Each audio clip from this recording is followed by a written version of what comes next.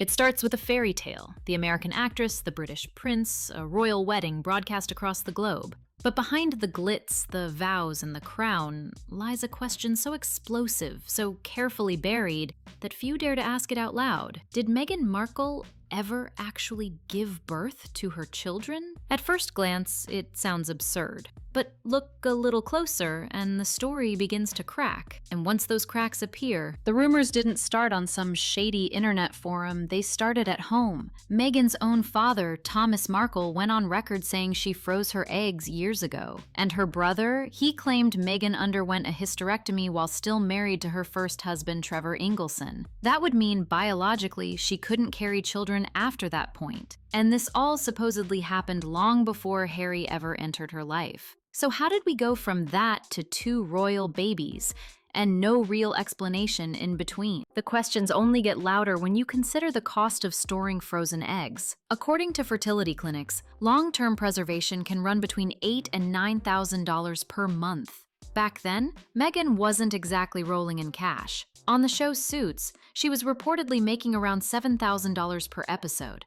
And even that depended on how often she appeared. Across 108 episodes, her total screen time adds up to just over 2 hours. That's barely enough to remember her, let alone fund elite fertility procedures. So imagine this scenario. Meghan freezes her eggs, loses access to them because of storage costs, has a hysterectomy, and then, years later, reappears with 2 children, both presented as her biological offspring. That's where the internet sleuths took over. Photos were dissected, public appearances picked apart, and one thing kept showing up.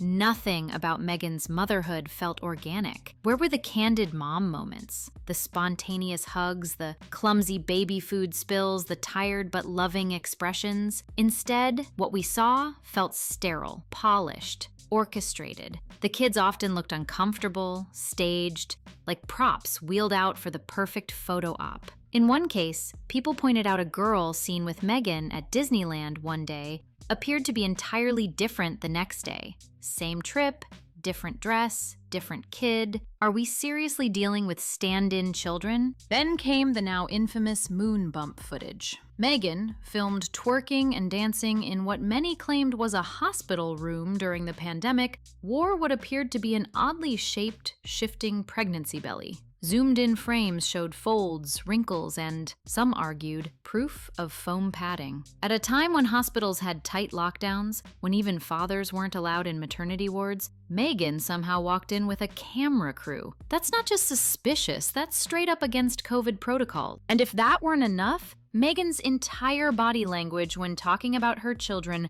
raised eyebrows. No warmth, no spark in her eyes. Her responses were often mechanical, even awkward. It was less motherly pride and more PR control. And people noticed. Even those who liked her started whispering, "Something just feels off." This isn't hate, it's observation. The more she tries to act like the perfect mom, the more the illusion seems to slip. Her father and brother didn't help. Thomas Markle stood firm on his claims about the egg freezing. Her brother doubled down, insisting on the hysterectomy. These aren't anonymous trolls, they're family. If even they are saying it, shouldn't someone in the media be asking questions? Instead, total silence. The press, the palace, even the public seem locked in an unspoken agreement.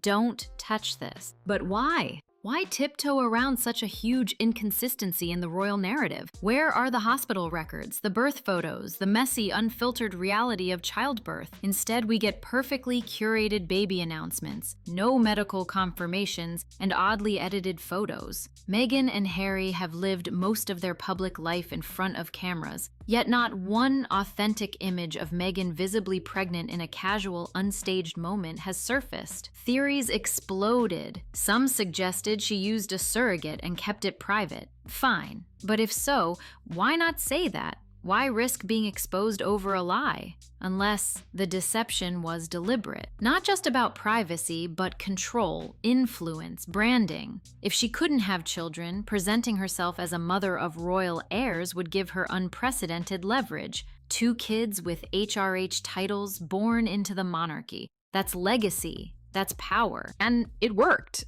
Until it didn't. Everything from the kids' body language to their birth certificates started raising flags. Meghan allegedly removed her royal title from Archie's certificate, then added it back in. In the US, that's not how legal names work. Immigration officials were reportedly confused and even contacted King Charles for clarification. That doesn't happen unless something weird is going on behind the scenes. Then there's Harry. He's not just a passive player.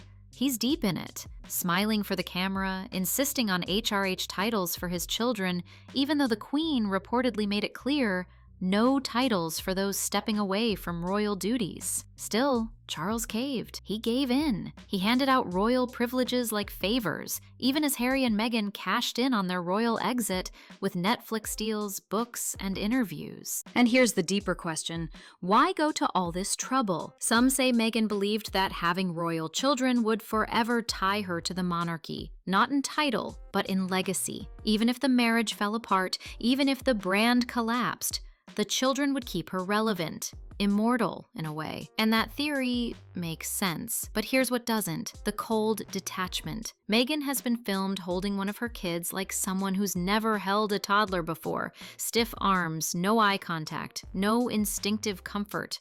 Every time there's a handler nearby, always watching, always staging. And people aren't blind, they're noticing the inconsistencies, the strangeness, the lack of maternal instinct. So, if the kids aren't hers, then whose are they? And why is everyone pretending they are? Is it fear of scandal? Is it loyalty to the royal image? Or is it something even more calculated? Defenders love to say Meghan is just private, but this goes beyond privacy. This is secrecy. If you faked a pregnancy, staged photos, used multiple children in public, and built a brand around it, that's not privacy, that's deception. And when you're still calling yourself a duchess, still listed on the royal website, still marketing yourself with royal titles, then the public has every right to question your story. The timing doesn't help either. The viral twerking video dropped just as new questions about the children gained traction. Was it a distraction? A smokescreen to shift headlines? Because if so,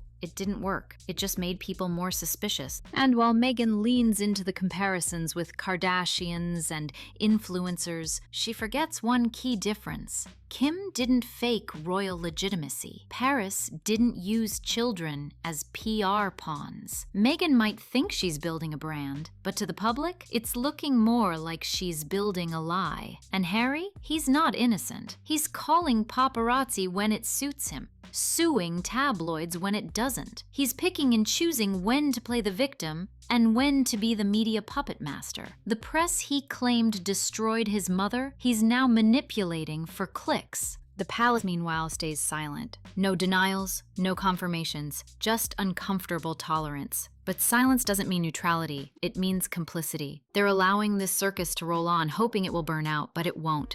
Not when the questions are this big, not when the deception is this public. Because this isn't just about Meghan, it's about trust. It's about the institution. If a royal couple can fabricate or hide something as monumental as a pregnancy, and everyone from the press to the palace plays along, then what else have we been lied to about? The truth might never come out. Not officially. No clinic will leak documents, no insider will risk it all, but truth has a funny way of surfacing.